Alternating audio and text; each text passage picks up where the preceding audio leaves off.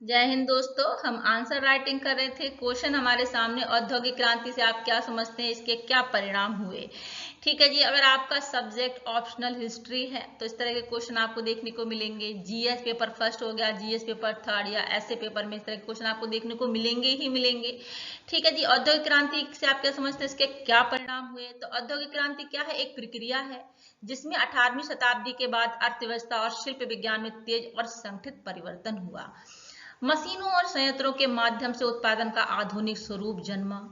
शाब्दिक अर्थ में अगर क्रांति का अर्थ समझाएं तो शाब्दिक अगर अर्थ बोला जाए क्रांति क्या है, तो इसका अर्थ है किसी समाज के ढांचे या लोगों के विचारों में गहरा तथा व्यापक परिवर्तन क्रांति कहलाता है। ठीक है। देखिए, आरंभ और कारण देखते हैं। औद्योगिक क्रांति का आरंभ इंग्लैंड में हुआ 1750, लगभग 1750 ईस्वी के बाद। जो यूरोपीय व्यापारी थे उनके द्वारा पूंजी संचय, उपनिवेशों से सस्ता कच्चा माल की उपलब्धता, जो उपनिवेश थे उनसे सस्ता कच्चा माल मिल जाता था। लोहा तथा कोयले की प्रचुर मात्रा में उपलब्धता थी। बाजारों में बढ़ती मांग ने क्या किया, निवेश को आकर्षित किया। सूत कातने आदि औद्योगिक मशीनों तथा भाप इंजन के आविष्कार ने उत्पादन प्रक्रिया को क्या कर दिया, तीव्र कर दिया। पक्की सड़कें, डाक तार तथा जल तथा समुद्री परिवहन के विकास ने वस्तुओं के गति से परिवहन में सहायता की। ठीक है। आवाजाही अच्छे से हो गई। जब समुद्री परिवहन का विकास हुआ तो चीजें इधर से उधर आसानी से पहुंच जाती थी। ठीक है। परिवहन आसान हो गया।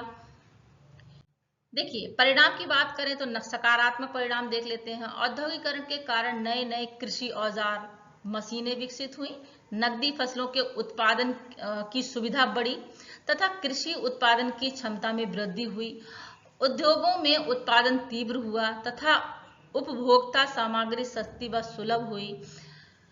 परिवहन और जहाज नौका उद्योग का विकास हुआ जिससे व्यापार विस्तृत हुआ। नकारात्मक की अगर बात करें तो नकारात्मक क्या परिणाम हुए, मजदूरों का शारीरिक श्रम बढ़ा, ग्रामीण कामकाज शहरीकरण की ओर पलायित होकर गंदी वस्तुओं में रहने के लिए विवश हुए। जीवन स्तर गिरा, बाल श्रम और महिलाओं का जोखिमपूर्ण उद्योग बढ़ा। ठीक है, जोखिमपूर्ण उद्योग बढ़ा। समाज दो प्रमुख वर्गों में विभाजित हो गया। एक वर्ग क्या था, पूंजीपति था, और दूसरा वर्ग क्या था, श्रमिक था, जो गरीब थे, शोषित थे। ठीक है, विभाजित हो गया जिससे असमानता गहरी हुई। पर्यावरण दबाव और श्रम संबंधी समस्याएं भी सामने आई।